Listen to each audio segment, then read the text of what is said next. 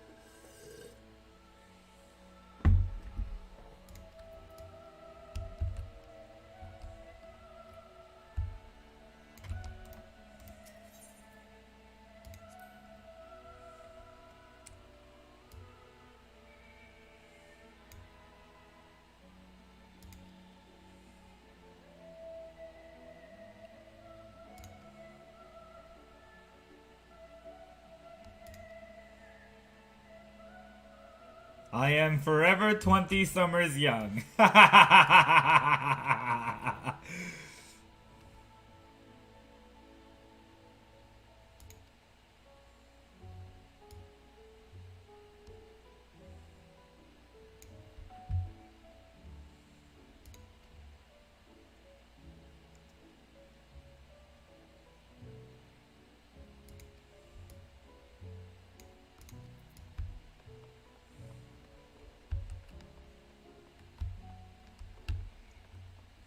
I love this game.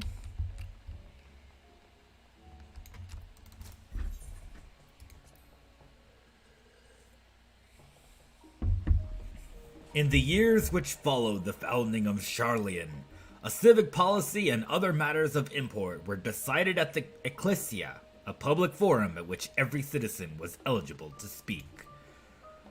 As the city's population grew, however, this format became increasingly impractical. The larger number of participants gave rise to ever longer debates, resulting in significant delays of vital resolutions. Various measures were introduced in an attempt to curtail protracted discussions, but in the year 201 of the Sixth Astral Era, it was ultimately decreed that Sharlayan would transition to a new form of governance. The nation would now be led by a body of 99 members. Hang on. Citizens chosen from amongst their peers by means of a nationwide vote. Thus was the forum as we know it today conceived and created. There we go. That's a relevant subject.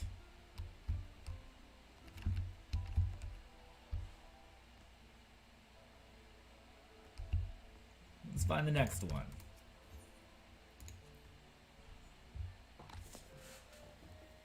During the chaos of the Sixth Umbral Calamity, Archon Numkrimph, founder of Sharlayan, bore witness to the madness and savagery of men brought to the brink of despair.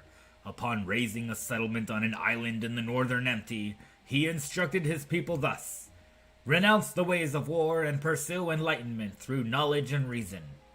The Sharlayans took to heart the words of their savior, and thenceforth served as stewards of wisdom. Upon a foundation of accumulated learning, they built a homeland unlike any other, a nation born from strength of minds rather than strength of arms. With knowledge of economics came shrewd trading. With knowledge of agriculture came bountiful crops. Engineering brought wells and sewers, ending squabbles over water. Wealth of expertise could be bartered for wealth in coin, and the more their wisdom spread throughout the world, the more mankind as a whole would thrive. And so it was that no matter the trials and tribulations of the age, the citizens of Sharlayan would live by their founders' teachings. For the sake of a better tomorrow, for the sake of a brighter star, they would eschew the tools of war and with knowledge to deliver the world. How poetic. How beautiful of a paradigm that would be, that could be. I'd like to live in that world. The story of Sharlayan. Long, long ago, on an island in the northern sea, there lived a Rogadin man by the name of Nunkrumph. Nunkrumph was a student of astrology, and he divined that a flood of terrifying proportions would soon sweep over the lands of Eorzea. So it was that he built a gigantic ship, assembled a crew, and set sail for that imperiled realm. The flood arrived as foretold, and to their horror the strangely churning waters drove the people towards the ocean. It was there, however, that Nunkrump's crew hauled them aboard his ark, but the danger had not passed. A towering wave approached, threatening to smash the vessel to pieces. With only moments to spare, Nunkrumph wove a mighty spell of teleportation and shifted the entire ship to safety atop Abalethia's spine. Refugees from the surrounding regions huddled there alongside them, but it was not long before disputes over the dwindling supply of food led to violence and bloodshed. Saddened by the sight, Nunkrumph gathered to him his crew and his grateful passengers and abandoned the ark to those reddened peaks. They journeyed to the coast where they built a new ship, intent upon returning to the northern seas. They landed on the beach of an island and settled upon that very spot. That settlement prospered and grew, and in time it became the city of Sharlayan that we live in to this day. You have gained a fundamental understanding of the Sharlayan history and the foundation of the Forum. Head outside to the rendezvous point and await your companions. I'm gonna read more books. The Colony. Many years ago, on the bank of the Thaliac of the Gervinian hinterlands, the Sharlayan colony once thrived. This settlement was originally established as a mere outpost to study Ethereal Sea in the year 1311 of the 6th Astral Era. Scholars dispatched to Eorzea found the facilities wanting, and the demands encouraged a gradual expansion in structures and services. As rumors spread of a growing community of academics, the area was further inundated with Eorzean students hoping to share in the renowned wisdom of the Sharlayans. 50 years later, the Forum passed a motion to recognize what had become a flourishing town as an official Sharlayan colony. Eorzean residents took to calling the colony itself Sharlayan, which led to no small amount of confusion when discussions turned to the subject of the motherland. In response, some Sharlayan inhabitants, if pressed for a name, would simply refer to it as an emporium. Following the Great Exodus, however, goblins and treasure hunters claimed for themselves a corner of the abandoned colony and gave it yet another name, Idleshire. Oh, okay. So that's the origin of Idleshire, then. So Idleshire branched off from Sharlayan. Okay, that's pretty cool.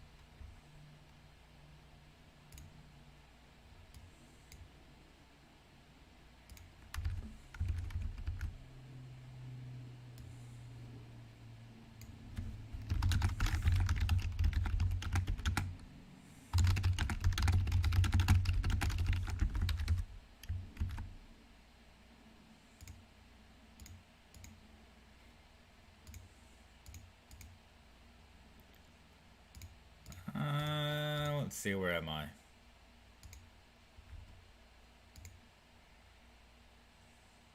There we go.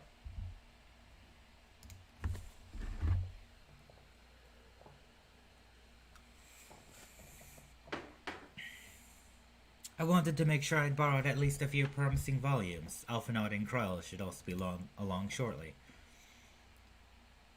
I was delayed in similar fashion. As far as I could see, no titles in the Archon stacks mentioned in the final days specifically, so we have no choice but to start with the tangentially relevant tomes, if they are even that. At present, the plan is to skim through as quickly as we dare and share our discoveries as we make them. It would have been nice to invite everybody to the estate, and plenty of comfortable places to read and a ready supply of hot tea. I was always quite fond of reading outside. But it's not about the little pleasures, is it? You miss your home. It's been difficult. After our arrival, we managed to speak with one of the family servants and ask how things were. It seems our dear father has instructed the staff that even if Alphinaud and I were to return to Sharlayan, we were not to be allowed across the threshold.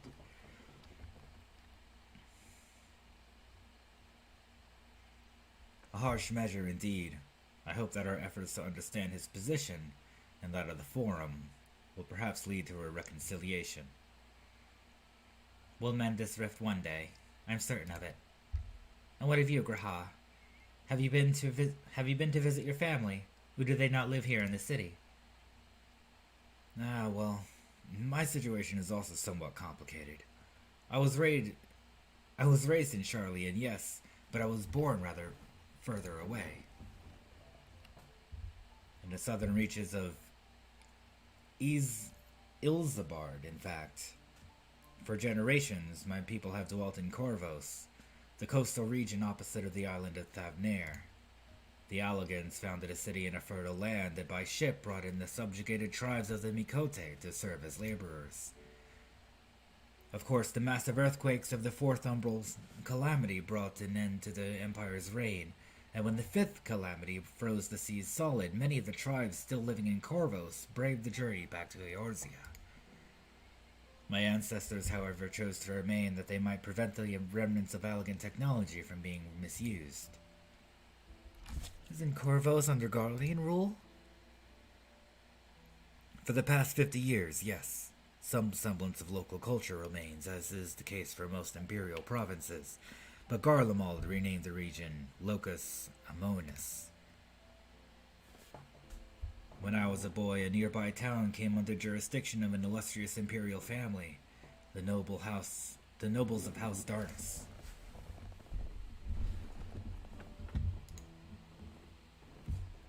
House Darnus demonstrated a singular interest in Allagan civilization, and so my tribe was forced to consider a plan of action.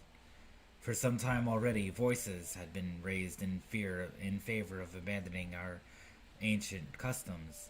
After all, the Allagan Eye no longer passed to our eldest children as reliably as it once had.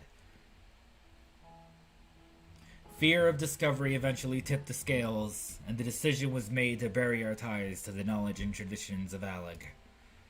As the last child born with the Allagan Eye, I was given over to the custody of friends and the students of Baldesion, who had me registered as a Sharlayan citizen. I never even considered. Forgive me, it was an unkind question. Even Thancred was taken in by Archon Luze, was he not? The stories of adopted waifs and rescued orphans are more common among Sharlayans than you might think. Yet regardless of our origins, we are all provided with an equal opportunity to learn, and with sufficient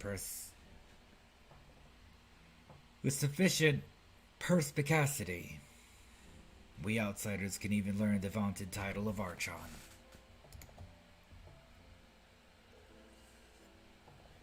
"'Tis exactly why I have such love for this country, and why I wish it to remain a nation of which its citizens can be proud." Hear, hear. Another good reason to get to the bottom of the Forum's stubbornness, aside from the trifling matter of our impending doom. Excuse us while we try to make some headway into these books, Ezekiel. More company should be arriving at any moment now.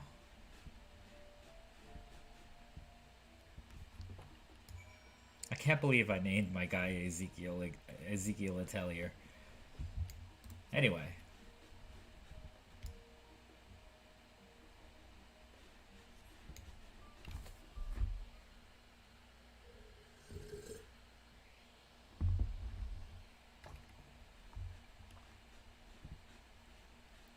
we've returned with our selections.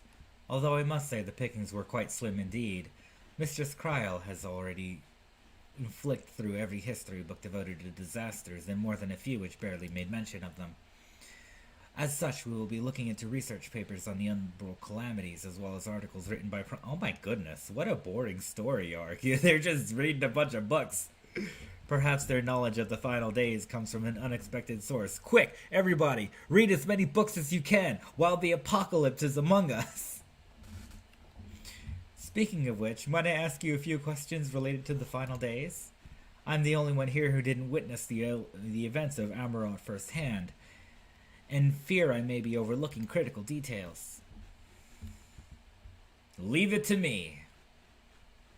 My thanks. Now, where to begin?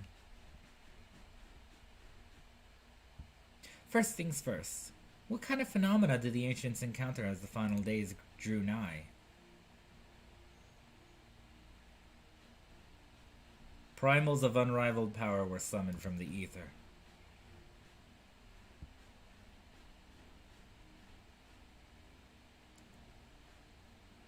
I believe Hydaelyn and Zodiac were summoned after the final days had arrived, quite deliberately, in fact. If we are speaking of phenomena caused by the final days, the chaos of creation magics run rampant is what first comes to mind. Fear and despair manifested in terrible, tangible fashion. Meteors raining from the sky, fire erupting from the ground, indescribable abominations prowling the streets. That more or less aligns with my understanding. If only the arts of creation had survived until the present day, we might have had something substantial to analyze. To the best of our knowledge, however, these techniques were not preserved or passed on. Y'shtola surmises that the closest known magic is that of the summoning rituals promulgated by the Ascians. Was there aught else of note which heralded the approach of the final days?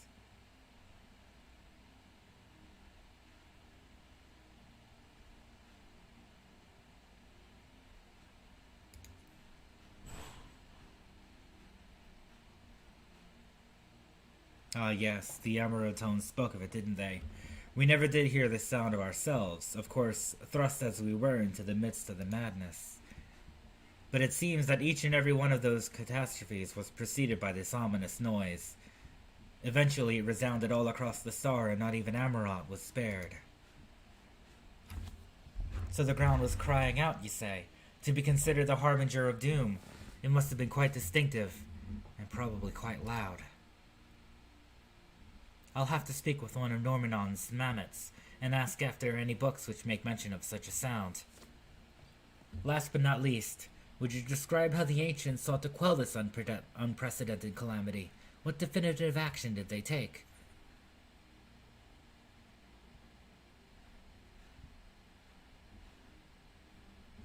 They summoned Hydaelyn. They knocked Dalamud from the sky.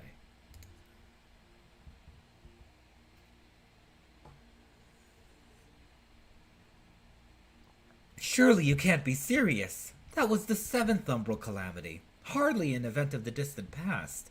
And even if Dalamud had existed at the time, bringing down a moon of any kind would surely only make things worse. The ancients summoned Zodiark in response to the final days. Many sacrificed themselves to bring him into being, with Elidibus serving as his heart. We do not know exactly how Zodiark brought salvation to the star, only that by his godlike were the laws of nature set aright. Then, once the balance was redressed, the ancients offered up a further sacrifice to heal the ravages of the final days. Lives sprouted anew, and it was these fledgling souls that attended to render unto Zodiark a trade that would have allowed them to resurrect the shades of loved ones absorbed by the primal. Or might have, had Vinod and her fellows not manifested their opposition in the form of Hydaelyn.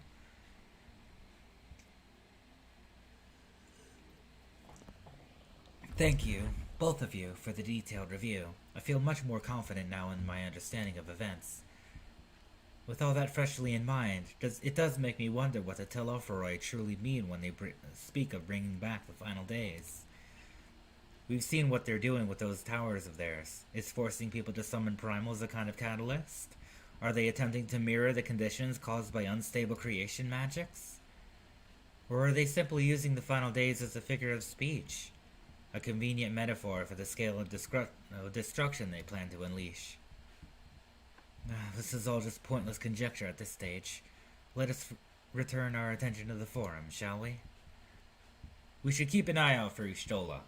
But 'tis time we began studying these research papers.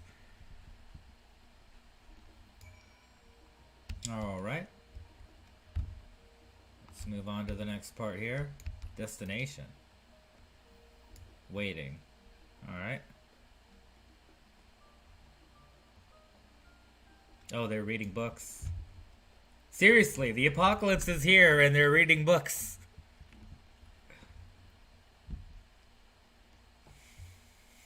I'm the last, am I? Well, my extended search of the Archon stacks produced one or two possibly useful books, but I wouldn't get your hopes up. If you recall, Urianger learned of the source's reflections from the Garun oracles. For its potential to cause panic and confusion, that tome was deemed apocrypha and sealed away in the Great Goodbye Library. 'Tis even less likely that knowledge of the unsundered world, not to mention the horrors of the final days, would be left sitting on a shelf for any curious scholar to find. It stands to reason that my colleagues, be they archons or counselors, should perforce be largely ignorant of the subject. Yet when you confronted Master Fortunault with knowledge of the Telophoroi and their machinations, he scoffed at the suggestion that they posed a threat.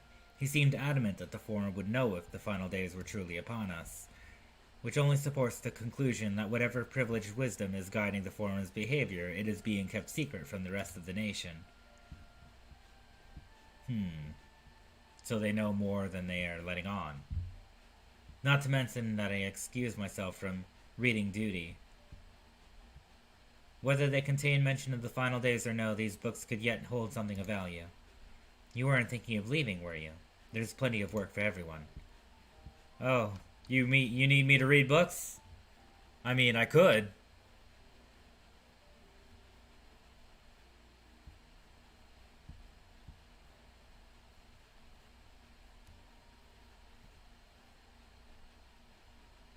You labor for what feels like an age as Y'shtola's research assistant.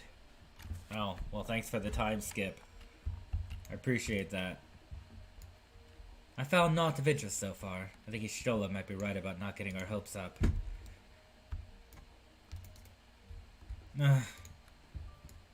I know, right? This is not what you imagined the heroes of light doing. Oh dear, you look exhausted. But what about your studies? Were you able to find any books on the subjects I mentioned? Yes. Then the day was well spent. Should you wish to read them again, a mammoth at the reference desk will point you in the right direction. For the moment, though, I suggest you take a well-deserved rest. We might be occupied with our research for quite some time.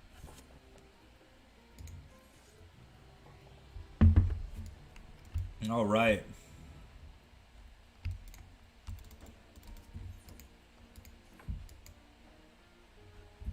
Ready for a tea break, Ezekiel? I know I am. Honestly, my neck and shoulders are going to calcify. I don't stretch my legs and walk around for a bit. You know the last stand down in the harbor, don't you? Come in and meet me near the outside tables, and I'll treat you to their coffee. It's quite good. Alright, now we're getting coffee.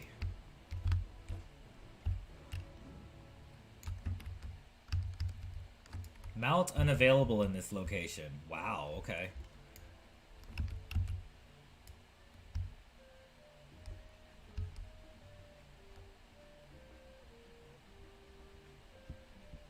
I see a side quest. You know what? I'm gonna take it. I'm gonna do a full side quest run here. How long must I wait? Oh, forgive me. I was just thinking out loud.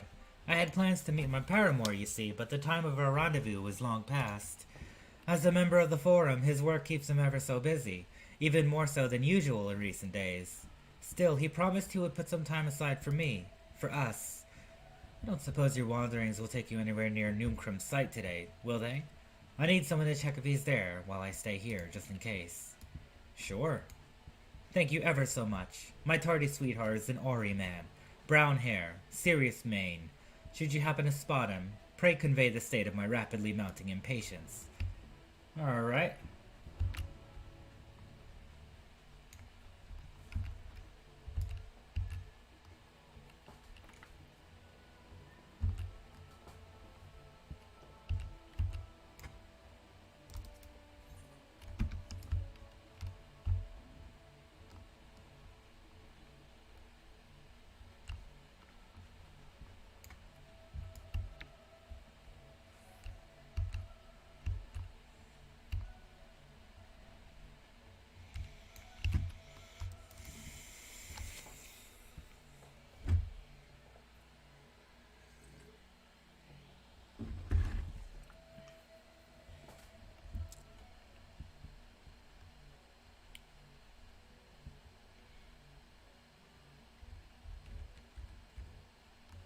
Well, now, this is a rather lot of stern faces.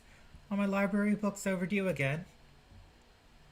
Not to our knowledge. We're associates of Kryl of the students of Baldesian. We seek passage to Thavnair, and understand that you can assist us. Ah, the test subjects. Welcome, welcome. Test subjects? Oh, you hadn't heard? Well, then, allow me to explain. So, in order to travel to an aetheryte, you ordinarily need to be attuned to it beforehand. Otherwise, you can't use it as a beacon to seek out while you're a mess of ether hurtling along the life stream. Okay. An inconvenient but incontrovertible limitation of aetheryte teleportation. But what if I were to tell you that there are ways to travel to an aetheryte without being attuned to it? A way to teleport instantly to places you've never been. For long years, we've labored to make such travel possible, that people might move about more freely. And we've finally done it. We've created a new kind of aetheryte that doesn't require attunement. Ooh.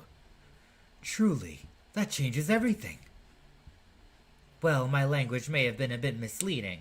The user need not attune to these aetherytes, but the aetherytes themselves must have been pre-tuned to each other, thereby facilitating travel between the 2 points. But it just so happens that of our first test pair of aetherytes, one has been installed here in Sharlayan, and the other over in Yedlmod, a port town in Thavnair. As you may know, our nation has long maintained strong ties with Radzathan, and indeed, we owe much of this breakthrough to the contributions of their alchemists. So to sum up, we're to test these aetherytes. How fortuitous for you. I should mention that an accident has impaired my ability to channel ether. Will this be a problem? Not at all. As a matter of fact, you might say these aetherytes were made for people like your good self. The magics imbued within them will whisk you away without any effort on your part. A verifiable dream come true. And far be it from me to worry about such things, but do we have permission to make use of your shiny new invention? The only permission required is yours, so assuming you're willing, we're all set. It may come as a surprise, but we actually struggle to find test subjects. Most people seem to have an unreasonable fear of their souls gradually disintegrating as they drift helplessly in the life stream, in the statistically unlikely event that something goes awry. But it's plain that you aren't most people. Mistress Kryl truly knows how to pick 'em. Okay. If I might change the subject, are Master Wolfson and Mistress Bloida not present today? Oh, you didn't hear? They recently resigned their posts. Their expertise was needed elsewhere.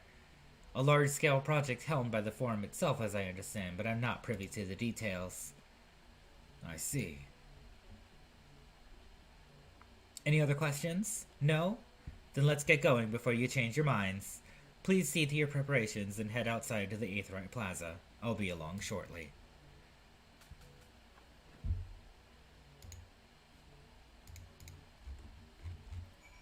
Alright. So they have a special Aetheryte.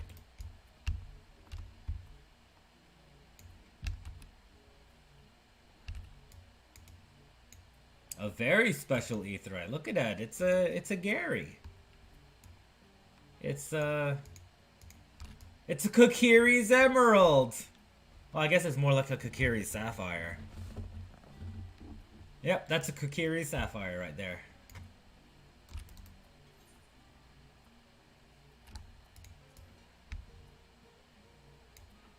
Do I talk to Urianger?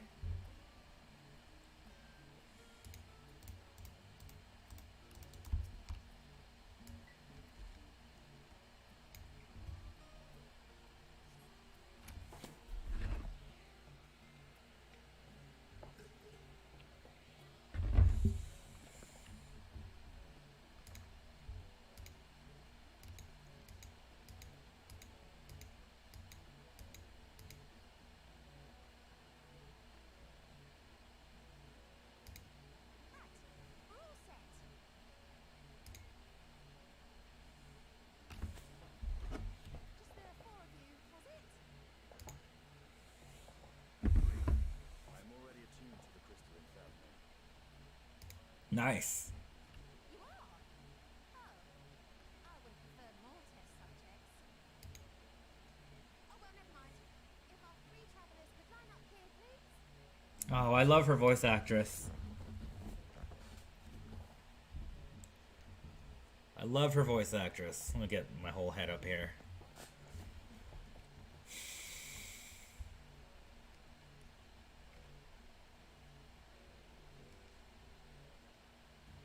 Yes, right there is fine.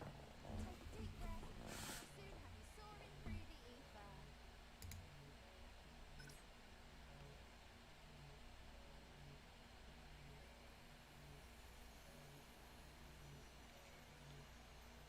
Oh, and one last thing. You might experience a teensy-weensy touch of violent ethereal sickness. Good luck!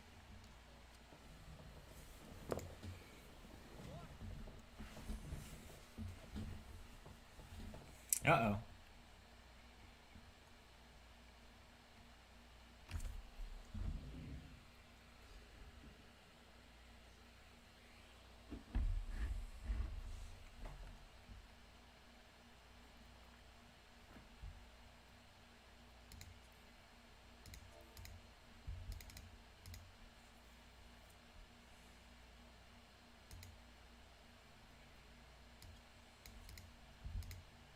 So we'll be in Thavnarian? Marauder experience points. I'm still getting Marauder experience points.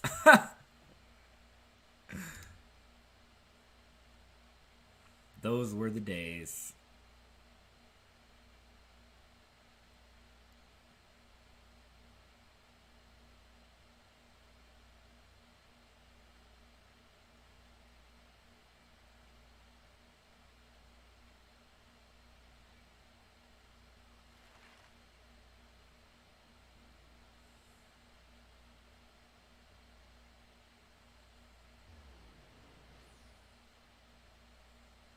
Oh my god, we're on the other side of the world. We're on the other side of the planet. That's some instant transmission. Home to city-state Rads Akhar. Rising from the southeast waters of the boundary, this Isle of Plenty served as the battleground for a conflict between two peoples. Their cultures bled into one another until a unique amalgamation was distilled from the chaos in a process not unlike their precious alchemy. Once solidified as a single nation, an adamant stance of neutrality would hold invaders at bay for a time.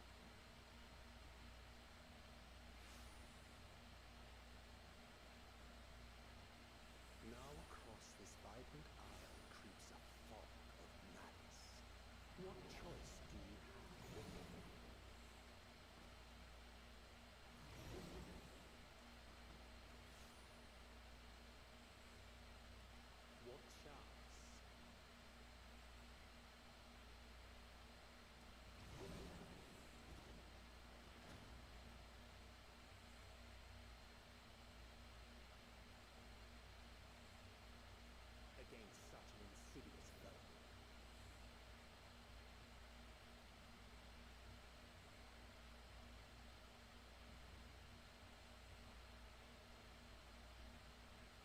This is cool.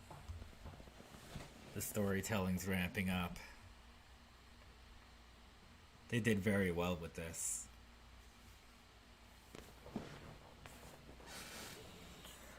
Oh man, that aether sickness is really getting to the main characters here.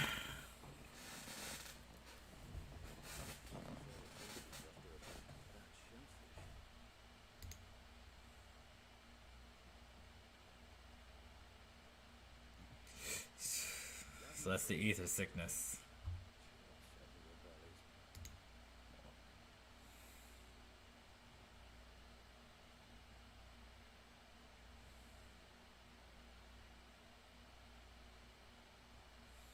There was a note with Kaya's instructions.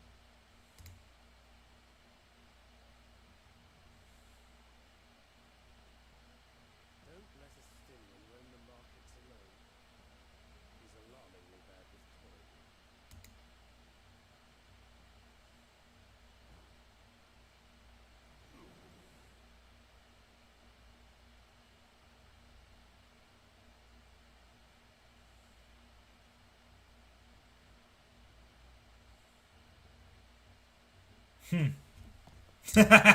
The guild matters to me.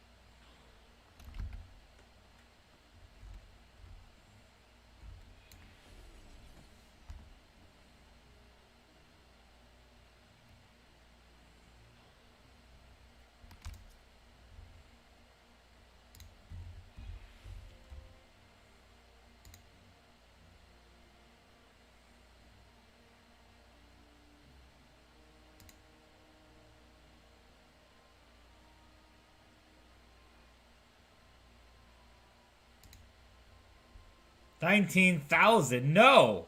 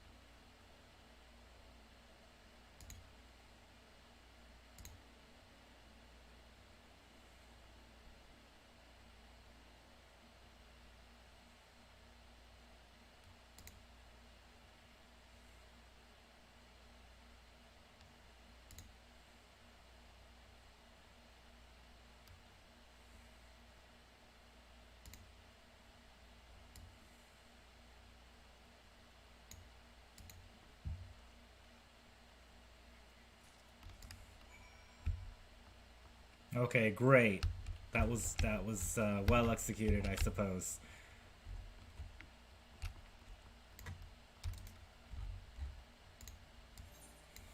Here you go, buddy.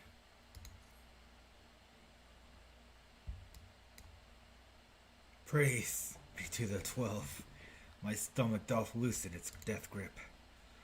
My heartfelt thanks to thee and Estinian, and to the fine fruits of this land.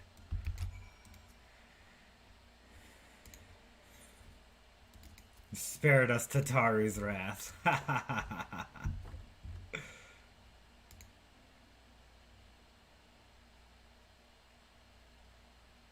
That's lovely.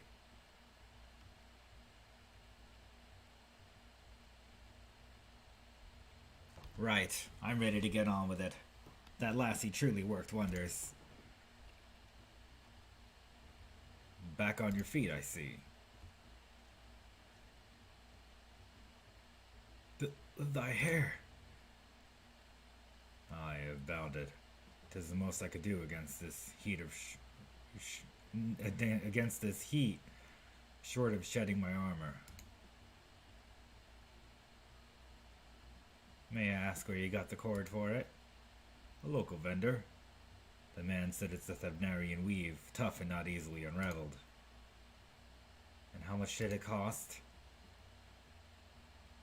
9,400 gil, a steal, I was told. 'Tis nothing fancy, but I've always valued function over form. Oh God.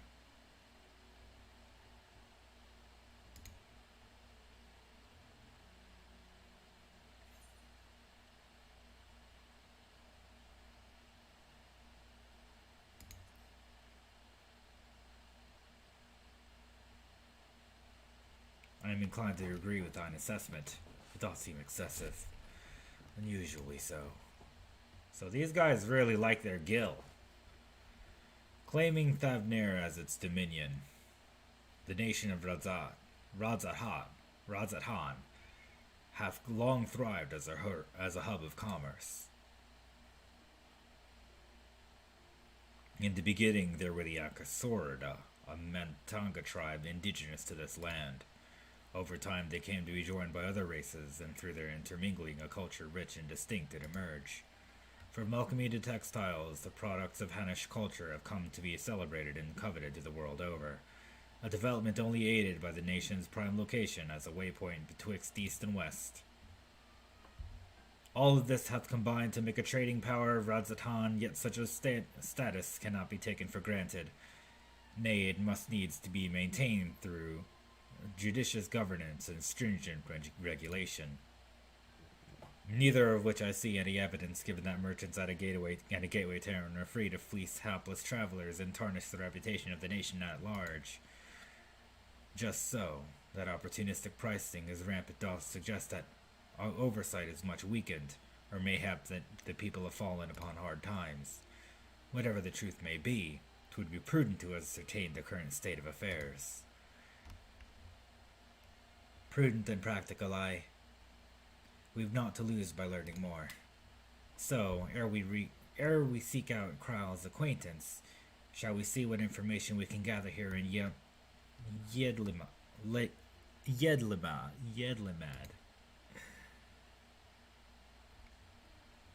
Excellent. We didn't exactly get off to a flying start, but we'll make up for it.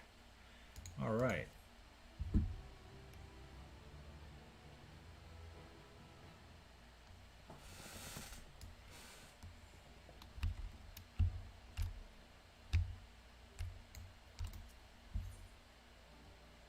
His stomach behaving once more. Thancred is ready to get to work. Okay, I'm gonna accept this in just a minute here. I'm gonna take a break.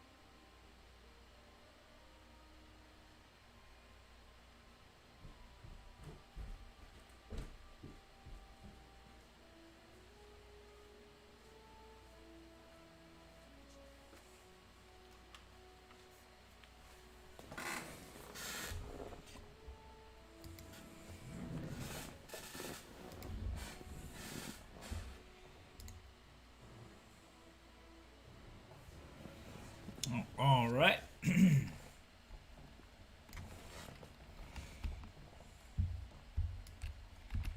There's something over here. Gemstone trader.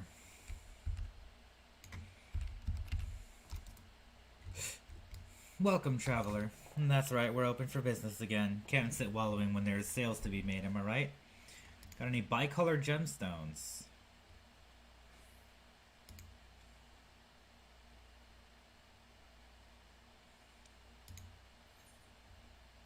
Cool.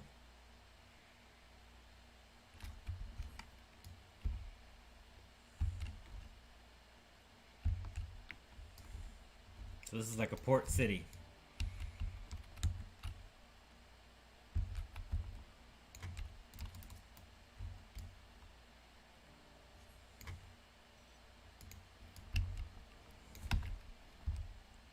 On the verge of spoiling.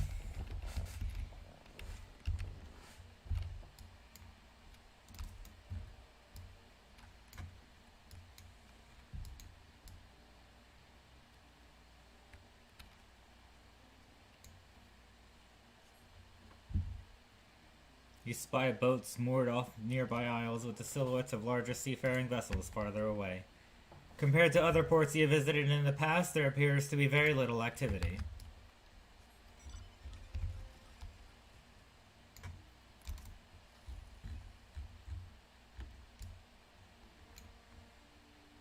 What am I doing? Oh, recording my sales. Still do it daily out of habit, though I don't know why I bother. Hardly sell anything these days. Business has never been this terrible, but I suppose things could be even worse. I could have a consortium to keep afloat like Kalzal. I don't envy his position. Better to be alone with my little operation, I've come to realize.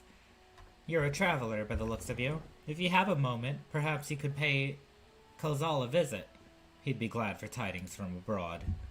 Like as not, you'll find him at the Saltwind Sails, the Harbor Guild building across the water from here. Alright.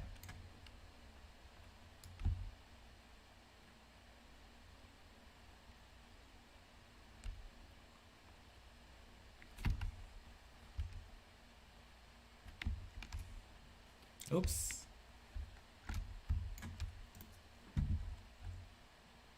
Well now, if it isn't a traveler, you're a rare sight in these unsettled times. People have been giving us a wide berth since that accursed tower suddenly appeared on Nair. If it just stood there and loomed ominously, perhaps things would be fine after a fashion, but no, it had to spawn fell fiends as well. We still have our lives thanks to the Radiant Host, but business is as good as dead. What'll become of us, only the gods know. Ah, so it was the tower doing it. Alrighty, sounds like something we could take care of.